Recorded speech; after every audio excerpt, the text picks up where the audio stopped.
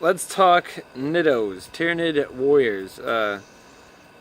I think they're pretty tasty. I was looking at them for a Chronos High Fleet, and they were alright, but they're not exactly the way that I think they're the tastiest when I was going to run them as Chronos. Running them as a melee High Fleet is actually the way I think warriors are best, and I talked to my homeboy about this, and he brought it up to me like kind of independently. And I sort of had looked at it before, but like I didn't really know how good it was.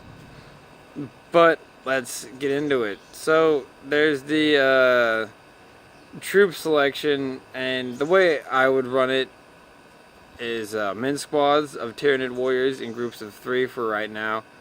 And they all have just scything talons and adrenal glands. The scything talons are base, no cost, so they just come with the frame of 20 points.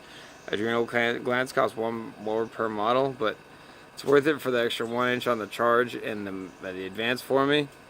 They also are synapse, so they keep other creatures in check.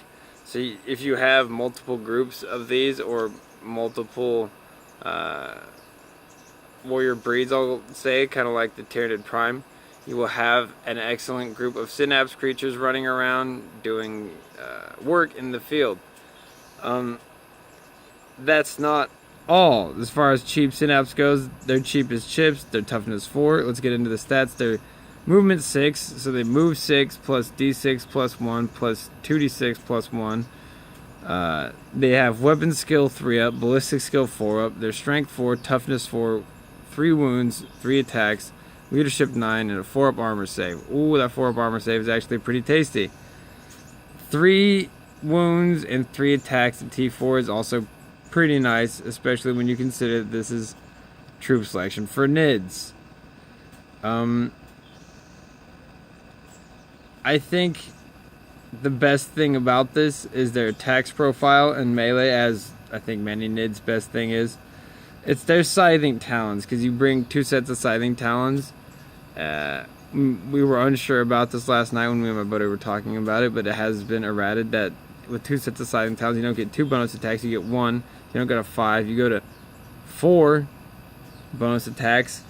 And I know I said put up 2, but you know, 3 plus 5, you guys get it. The bonus attack is still excellent. It brings them up to 4. They stay 4 constantly because it's not dependent on any variant besides the equipment of the model, which never leaves. So that's real good. They don't have any AP, but they reroll ones of hits with it. And I'll be running alongside Gene Stealers and probably Hormagaunts and probably a Carnifex. So overall for the squad, for 63 points, you get 9 wounds at toughness 4 with a 4 up armor save, and they're synapse. It's pretty good. And they're also troops, so they fill out your battalion. Sweet. I'm gonna catch y'all later.